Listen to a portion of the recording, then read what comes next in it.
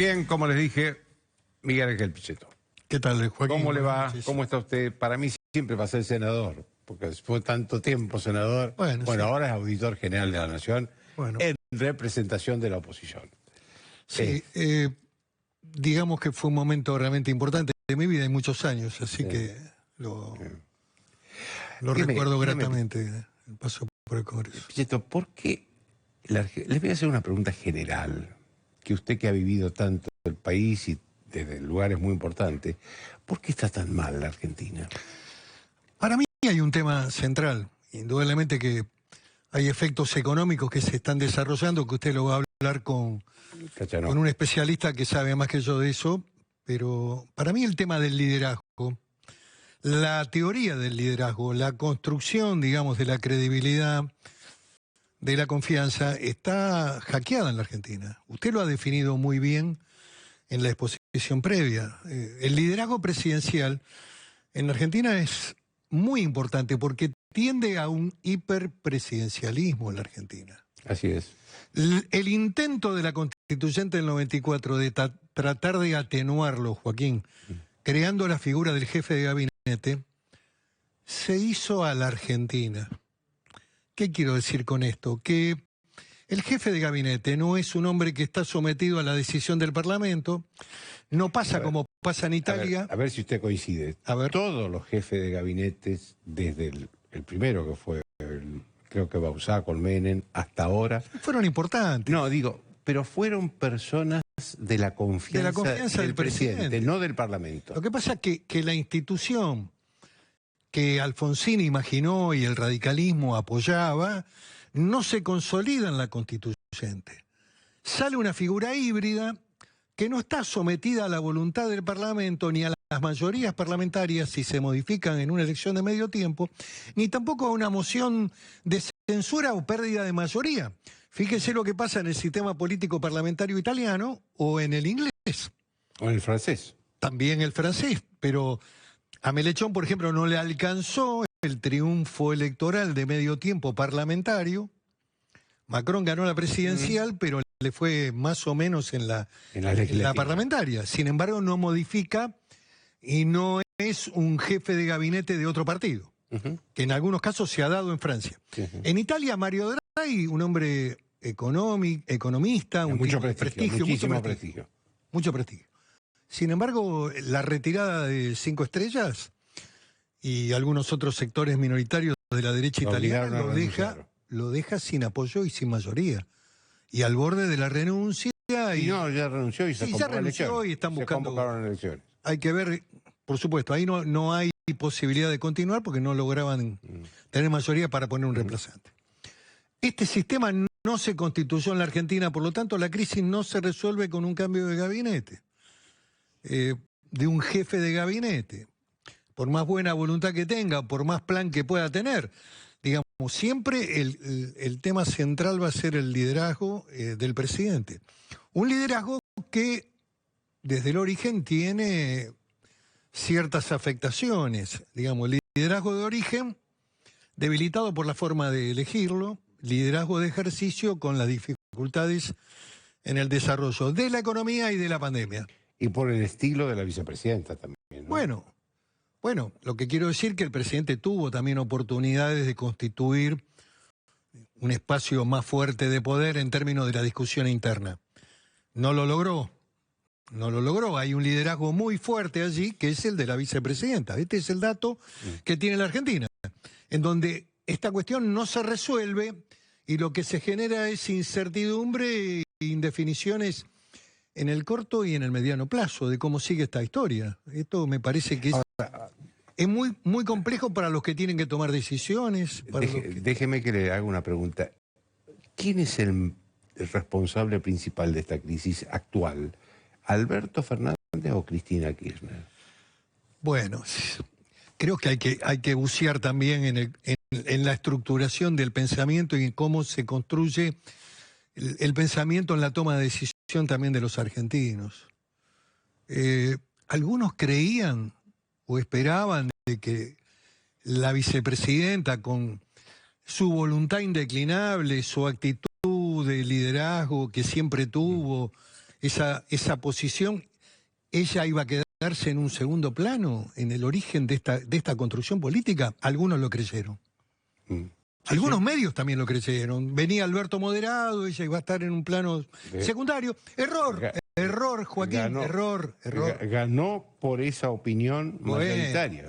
Se construyó una visión de que venía la moderación y que incluso él la desarrolló en la etapa de la etapa de la cuarentena interminable, que también ahí tuvo méritos y deméritos, porque la verdad que la crisis económica que provocó fue impresionante, con el gobierno de los infectólogos, todo el mundo hablando y el temor. Digamos, ahí hubo una causa que es la que tiene que ver con la emisión monetaria desbordante y con la inflación que estamos pagando ahora. Ahí es donde te pasan a cobrar después en la boletería. Después está la construcción de los movimientos sociales, y recién hablaste muy bien, enfocaste un conjunto de temas, pero faltó un actor importante, que es el sindicalismo en la Argentina. Pero yo lo noto al sindicalismo... Un silencio de cementerio. Lo noto dándole el lugar que tuvo a los movimientos sociales. No se están dando cuenta que los movimientos sociales van por ellos. De que esta construcción, digamos, de los movimientos sociales por izquierda, también empieza a impactar en las estructuras sindicales. Cuidado, que además estas organizaciones que se manejan con la plata del Estado, hay actores que están libres todo el tiempo también. No quiero decir que los jefes de estas organizaciones, pero en los barrios populares, muchos de estos muchachos que reciben los planes también están libres para hacer de conexión con el narco que está en el barrio. Narcotráfico.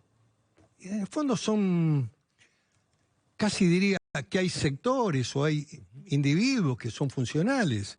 No digo de que las organizaciones o los que conducen estén en la estructura de vinculación con el narcotráfico. Lo que digo es que hay actores que están desocupados y que reciben el plan del Estado y que cruzado con otros planes puede implicar casi un salario de un obrero metalúrgico. Y encima tienen tiempo muchos de estos actores para hacer otras cosas. Algunas que pueden ser inconvenientes para el interés de la sociedad argentina. Pero bueno, este es un debate que el sindicalismo tiene que dar, Tiene que empezar a mirarlo este tema, el retroceso que han tenido en términos del protagonismo político. Y en la Argentina, cuidado con las palabras. Cuidado con las palabras. Yo a eso me refería recién y le quería preguntar su opinión de esta culpa que el presidente le echó al campo y este anuncio de los piqueteros de que van a ir el sábado el día de la inauguración a protestar en la sociedad rural. No me sorprende, porque eso forma parte de una matriz de construcción del kirchnerismo, de la visión del enemigo, del culpable, del responsable. Pero qué grado de riesgo. Cuidado, claro que cuidado. Y además cuidado con las expresiones que hizo Grabois también, cuidado. No vi a ningún actor de la Iglesia Argentina mencionando de que eso no lo compartían, que la violencia y la sangre en la calle no la comparten. No lo vi, Joaquín, no lo vi. Ojalá en algún momento aparezca ese mensaje, porque es imprescindible ponerle sentido común. Porque, digamos, si los bomberos juegan a incendiarios, cuidado también con esto. Entonces, lo que digo, el sindicalismo tiene un desafío tremendo, porque además también está, digamos, hoy con una demanda de sus bases. ¿Expectativa inflacionaria para este año? Kachanowski te lo voy a decir con más precisión, pero hoy leí a la Fundación Capital hablan de 90. La mayoría de los economistas está hablando de eso. Y después hay algunos datos que son desalentadores de la información que viene de Estados Unidos. Comparten los lineamientos de la ministra, en fin, del orden económico, fiscal, pero también sienten que la Argentina está perdida. Esa es una palabra que alguien utilizó en el mecanismo del fondo, en el diálogo, en los trascendidos. Y después hay una frase de William Caroné que se cobró la cuenta... Presidente del BID. Presidente del BID. Se cobró la cuenta porque en la diplomacia, en la política exterior, también ahí la palabra tiene mucha importancia, Joaquín. Quizás no como en la política argentina, pero lo que se dice afuera, cuidado con lo que se dice, porque el presidente fue a pedirle la renuncia de Caroné al señor Biden, al presidente Biden, en una cumbre del G20. Dijo que había que sacarlo, incluso tuvo un candidato propio que fue Vélez en su momento, que que cuando fracasa esa candidatura, en lugar de acoplarse, de tratar de ser parte de ese proceso de conducción, se quedan afuera. Pero bueno, Carone, ¿qué dijo hoy? No dan confianza de que puedan cumplir las metas. Que no le van a dar el crédito de 500 millones. No, pero dijo también de que hay vínculos geopolíticos oscuros y complicados como el tema del avión. Eso mencionó hoy Carone. Que el tema de las vinculaciones geopolíticas de la Argentina, la política exterior argentina, este tema de ir con Rusia, mañana con Nicaragua, pasado vamos a ser de abogados defensores de Venezuela, Cuba y Nicaragua, un trípode terrible, digamos, de violación de derechos humanos. Se refería al avión iraní, al avión venezolano. Se refería al avión venezolano iraní, con licencia venezolana. Claro. Triangulan con Venezuela los iraníes. Estaban haciendo rutas en Latinoamérica, digamos. Y además eran fuerzas especiales. No se puede identificar a los personajes, ninguno tiene antecedentes. Están dando vueltas en la investigación. Por supuesto que la gente de los servicios especiales o fuerzas especiales nunca van a tener todas las identidades arriba de la mesa. Pero bueno, no quiero meterme en ese tema que es parte de una investigación judicial que no conozco. Lo que digo es lo que me parece como declaración importante, la del presidente del BID. Es cierto que tiene resquemores con la Argentina, pero también es cierto que la Argentina busca que haya gente con resquemores. Claro, bueno, se perdió, por lo tanto, el país se perdió 500 millones de dólares, que ya estaban aprobados y que no se lo va a enviar, anunció hoy. Exactamente. Si hubiera una propuesta del gobierno de diálogo con Juntos por el Cambio, ¿usted qué aconsejaría dentro de Juntos por el Cambio? En primer lugar, habría que abrir un debate en Juntos por el Cambio frente a una propuesta de esa iniciativa. ¿Cuál sería el eje de la propuesta? ¿Y para qué? ¿Qué programa...? Digo porque en los últimos días hubo esa versión. Sí, claro. Hubo hasta expresiones también de la vicepresidenta en el acto de Ensenada, hablando del diálogo. Pero digo que, ¿cuál es la base del diálogo en la Argentina? ¿Cuál es el camino para construir después del nivel de agresión permanente que el gobierno tiene hacia el expresidente Macri y hacia las figuras del gobierno anterior? Incluso de agresiones en foros internacionales, que eso implica el más soberano desconocimiento de lo que es la diplomacia. El canciller argentino hablando mal del expresidente. Cuando lo ven en el exterior dice, está perdida la Argentina. Es el producto de la inexperiencia, de cómo va a ir uno afuera, al exterior, a hablar mal de un presidente anterior. Eso no lo hacen ni en el África subsahariana, Joaquín. Lo que digo es que el gobierno tiene un problema de liderazgo político. Si no hay liderazgo político es muy difícil infundir confianza en el proceso económico. La certidumbre económica tiene que ver con la consistencia en lo político. Usted lo mencionó muy bien a De la Rúa. No era el caballo de Menem, era un hombre incluso con más experiencia. Incluso en esa etapa Caballo, si hubiera quedado en la Cámara de Diputados, era presidenciable, con grandes posibilidades. Sin embargo, no tenía la consistencia ni del presidente ni tampoco del Parlamento. En ese momento ya el Parlamento se había fracturado por la renuncia de Chacho, había algunos actores que estaban ligados al Frepaso que estaban criticando y cuestionando fuertemente la política de la Rúa. La historia está para el aprendizaje. Claro. A veces acá la distorsionan y la usan para modificar el presente, pero... ¿Quién es hoy la figura más importante de Juntos por el Cambio? Hay liderazgos importantes, tiene 4 o 5 figuras realmente de alta valía Juntos por el Cambio. Está el jefe de la ciudad, que indudablemente tiene un gran potencial. Rodríguez Larreta, no tengo ningún problema en nombrarlo. Creo que es un actor muy importante, muy influyente, además tiene una base que es la propia ciudad como gobierna. La figura de Morales y el radicalismo ordenado es otro dato de la coalición. La figura de Macri sigue siendo un decisor de gran gravitación en Juntos por el Cambio.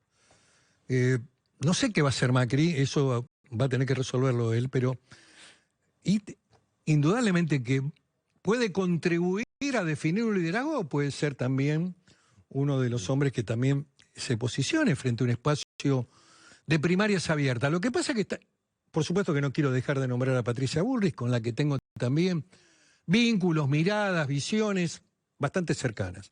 Y después hay un espacio que estoy trabajando personalmente, que es el espacio que no es únicamente el del peronismo republicano, como le pone la prensa, sino que son los sectores de la derecha nacional, sectores independientes, que requieren de una visión nacional que no es la propuesta libertaria. Es una propuesta nacional adentro de Juntos por el Cambio. Entonces, digo que hay figuras, lo que me parece que está faltando es la coincidencia de un programa político muy claro y contundente, que tiene que ser avalado por todas las fuerzas políticas para poder gobernar Argentina y producir los cambios necesarios. No se puede improvisar. En esta tarea estamos también con las fundaciones, con técnicos, con aportes. Pero esta es una tarea que hay que hacerla más rápido que tarde. Déjeme hacerle una última pregunta. Hay un tema que preocupa a la sociedad, además del económico, como decía, ocupa todas las prioridades de la sociedad, pero el segundo tema es la seguridad. La seguridad que se expresa de distintas maneras, del robo, el crimen, hubo en estos días unos asesinatos terribles, Rosario, pero también en el desorden del espacio público. Sin duda, con la corrupción, con los movimientos sociales. Que dominan la calle, sí. con total ¿Cómo libertad. ve usted? ¿Eso se puede resolver? Se puede resolver con un modelo capitalista, con una visión del mundo del trabajo, con modernización de las normas impositivas, de las normas laborales, de un proceso de orden que no es este gobierno. Orden y buena administración. Podríamos acompañar a Julio Argentino Roca con estas dos definiciones que fueron el primer gobierno de Roca. Orden y administración. Los brasileños dicen orden y progreso. Nosotros tenemos orden y buena administración. Y el principio también de que hay que fortalecer las fuerzas de seguridad y las fuerzas armadas en la Argentina. Acá cualquiera hace cualquier cosa. En el sur hay unos pseudo mapuches, porque tampoco son originarios. No son originarios, son originarios del Chile, del lado chileno, de la Patagonia chilena. Pero toman parques nacionales, están asesorados por viejos dirigentes montoneros. Esto está ocurriendo en la Argentina. Hay intención de construir un Estado autónomo. Esto es lo que está ocurriendo. Nadie le da tampoco mucha importancia. Hay temas que son de poca significación para el mundo del AMBA y la provincia de Buenos Aires y la ciudad de Buenos Aires, pero eso está ocurriendo en la Patagonia. Hay riesgo, hay hechos de sabotaje, hay hechos de atentado a personas, hay ocupación de parques nacionales, hay ocupación de campos privados. Esto está ocurriendo. Entonces hay que fortalecer las Fuerzas Armadas. Hay que darle buenos salarios. Un capitán cobra igual que un planero, con 4 aguaches. Un oficial del ejército argentino gana igual que un planero. Es inviable la Argentina, inviable. Las fuerzas de seguridad, las Fuerzas Armadas tienen que estar jerarquizadas y tiene que haber un modelo capitalista, de generación de trabajo. La Iglesia argentina tiene que colaborar con ese mundo, no con la idea del mundo de la pobreza. Digamos, todos somos católicos, todos creemos en Dios. Ahora, es importante que ellos también acompañen un proceso que tiene